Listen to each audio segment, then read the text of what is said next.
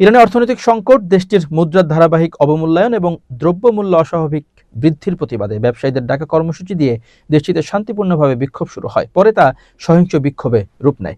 বিক্ষোভকারীরা সরকারি প্রতিষ্ঠান থেকে শুরু করে নিরাপত্তা বাহিনীর কার্যালয়, মসজিদ সহ নানা স্থানে নজিরবিহীন তাণ্ডব চালায়। বিক্ষোভ নিয়ন্ত্রণে দেশটির আইনশৃঙ্খলা রক্ষাকারী বাহিনীর বল প্রয়োগে এখন পর্যন্ত অন্তত ৬৫০ জন নিহত হয়েছেন। নরওয়ে ভিত্তিক মানবাধিকার সংস্থা Iran human rights IHR NGO গতকাল এ তথ্য জানায়। নিহতদের মধ্যে ৯ জন ১৮ বছরের কম বয়সী। আন্দোলন শুরুর পর থেকে কয়েক হাজার বিক্ষোভকারী আহত হয়েছে বলে জানায় সংস্থাটি। অন্যদিকে বিক্ষোভকারীদের হামলায় নিহত হন নিরাপত্তা বাহিনীর শতাধিক সদস্য। বিক্ষোভে যুক্তরাষ্ট্র সমর্থন দেওয়ার পাশাপাশি ইরানে হামলার হুমকি দিয়ে রেখেছে, পাল্টা হুঁশিয়ারি দিয়েছে তেহরানও। এর মধ্যে বিক্ষোভ নিয়ন্ত্রণে নিয়ে আসা হয়েছে বলে দাবি করেছে তেহরান। এমন পরিস্থিতিতে গতকাল ইরানের বিভিন্ন শহরে সরকারের সমর্থনে রাস্তায় নেমে আসেন লাখ লাখ জনতা। খবর BBC, আল জাজিরা, প্রেস টিভির।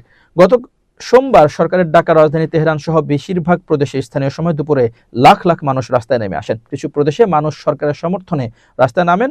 সকাল থেকেই কর্মকর্তারা দেশব্যাপী জনতার এই সমর্থনকে শত্রুর ষড়যন্ত্রের মুখে ঐক্য ও সংহতি অকাট্য প্রমাণ হিসেবে বর্ণনা করেছেন।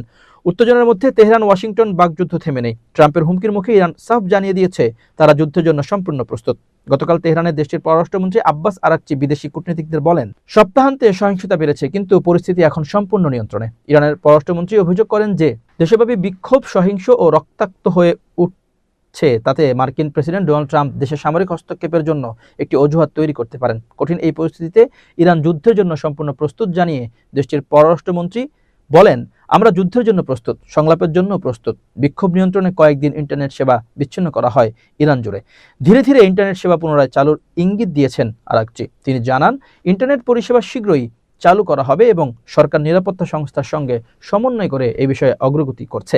বিক্ষোভের তৃতীয় সপ্তাহে এসে ট্রাম্প ইরানের উপর চাপ বাড়িয়েছেন। সম্প্রতি তিনি তেহরানকে হুমকি দিয়ে বলেন, তার হাতে খুব শক্তিশালী বিকল্প রয়েছে। মার্কিন সামরিক বাহিনী বর্তমানে পরিস্থিতি পর্যবেক্ষণ করছে এবং ট্রাম্প প্রশাসন ইরানের বিরোধী নেতাদের সঙ্গে যোগাযোগ রাখছে।